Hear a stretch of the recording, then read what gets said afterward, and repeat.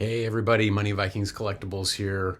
Thank you very much for joining me. I hope you are all doing very well, and I hope that you're staying sane with all of the Lord of the Rings, Magic the Gathering madness that's about to begin.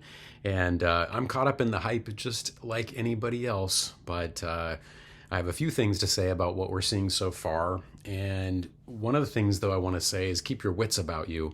This is a little bit of a public service announcement because you nor I will find the One Ring. And that's the whole point of the One Ring. It's very tempting, but many fortunes could be lost searching for the One Ring. So just keep your wits about you. I'm going to play a little clip. I've really been enjoying the coverage over here at Rip and Ship Moonshot. And this is the moment when he did find for one of his patrons one of the rings, not a serialized. 7,009. Oh, there's one right there. What is going on, chat? We talk about it. It shows up a human ring, one of 9,000.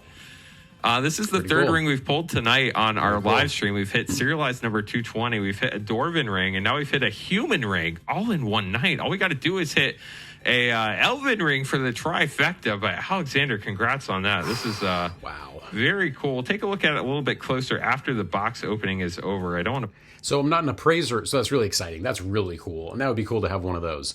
The One Ring is totally out of reach for almost everybody, except for Post Malone and some football player.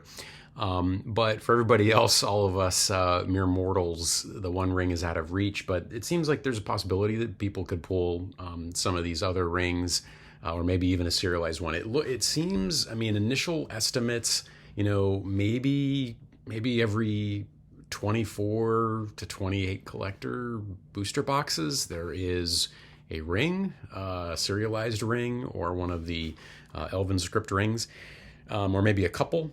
Not sure, but that's going to cost a person, I don't know, about $10,000 probably at current prices to $10,000 to $12,000 to get that many boxes. So it's pretty pricey. I can tell you one thing: Wizards is making a fortune, and I think a lot of.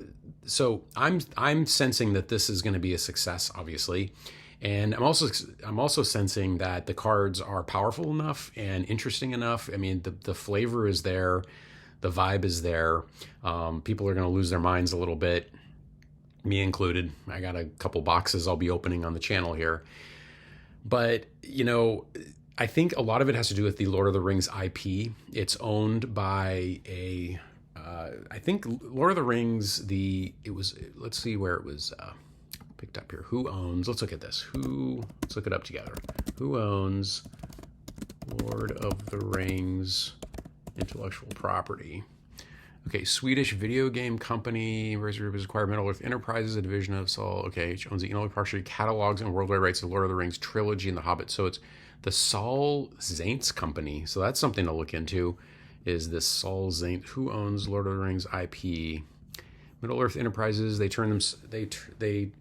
in turn sold them to the Saul Zaentz company in 1976, which licenses them through the former Tolkien Enterprises, now named Middle-earth Enterprises United Artists. Okay, so they're going to make a lot of money for sure, and already have. But I'm sure they were very strict about the guidelines and approving everything in terms of this set, because they do not want their IP ruined by this set. And it looks to me that they have not ruined it. It looks absolutely amazing in my opinion.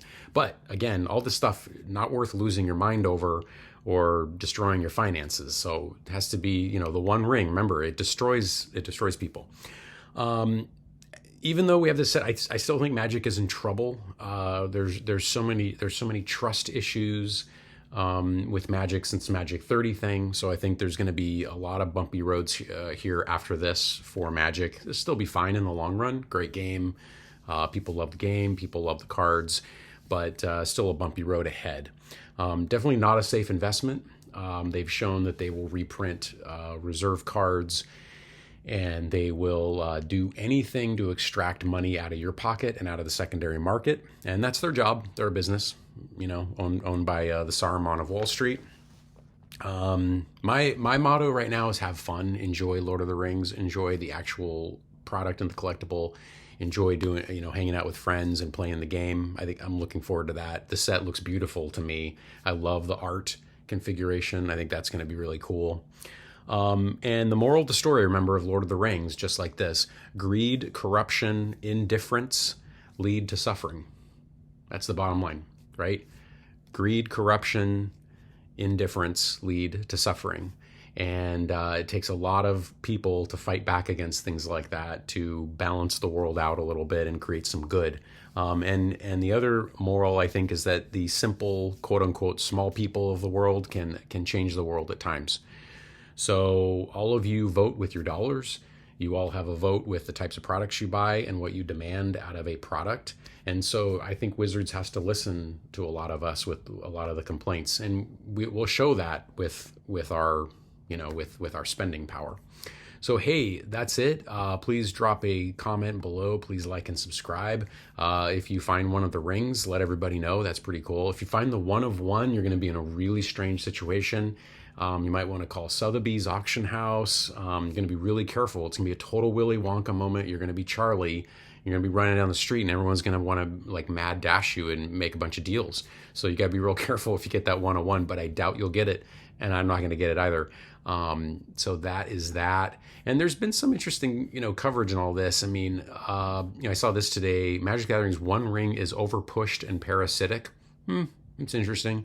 Yeah, it's a big marketing tool employ, and like you said, this is Willy Wonka right here. So selling a lot of chocolate bars to get that one thing.